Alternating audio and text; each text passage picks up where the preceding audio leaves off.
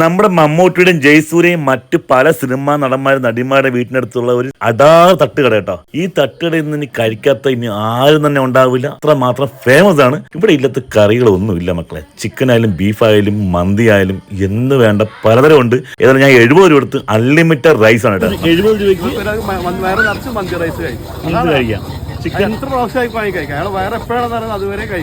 എറണാകുളത്തുള്ള അഖിലും വേണുവും എൻ്റെ കൂടെ വർക്ക് ചെയ്യുന്നവരാണ്.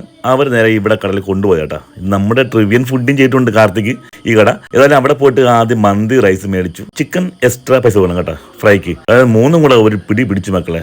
മന്തി 3 കൂടെ, ഒരാൾക്കാണ് അൺലിമിറ്റഡ് ആണ്. പക്ഷെ നമ്മൾ 3 കൂടെ ആ റൈസ് ഒന്ന് കഴിച്ചു, രണ്ടാമതും മേടിച്ചു കേട്ടോ. ഏതായാലും എല്ലാവരും കൂടെ സന്തോഷമായി കഴിച്ചു. പിന്നെ അടുത്ത സാധനം ഈ ദോശയുടെ പുറത്ത് മുട്ട ചിക്കൻ കറിയുടെ ഗ്രേവി ഒക്കെ ഒഴിച്ചിട്ട് അടിച്ച്. പക്ഷെ എനിക്കത് ഇഷ്ടപ്പെട്ടില്ല ടേസ്റ്റ് വൈസ്. പക്ഷെ എൻ്റെ കൂടെ നിന്ന് എല്ലാവർക്കും ഇഷ്ടപ്പെട്ടു. ഞാൻ അപ്പോൾ അവിടെ നിന്ന് കുറച്ച് പേർക്ക് ഇത് കൊടുത്തു, എല്ലാവർക്കും ഇഷ്ടം. എനിക്ക് അതിൻ്റെ ടേസ്റ്റ് വൈസ് എനിക്ക് അത്ര അങ്ങ് പിടിച്ചില്ല. പക്ഷെ അവരെ ഒരു ബീഫ് ഫ്രൈ ഞാൻ കഴിച്ചു. എൻ്റെ പൊന്നെ, കറുത്തുള്ള ബീഫ്.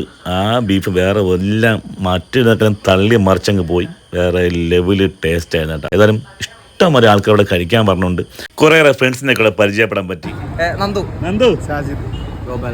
ഗോപാലകൃഷ്ണൻ, സക്കറിയ, അഖിൽ. അപ്പൊ ഇത് നേരെ എറണാകുളം പനമ്പള്ളി നഗർ കേട്ടോ. പനമ്പള്ളി നഗറിൽ മമ്മൂട്ടിയുടെയും എല്ലാവരുടെയും വീടിൻ്റെ അടുത്തുള്ള ഉപ്പും മുളകും തട്ടുകട.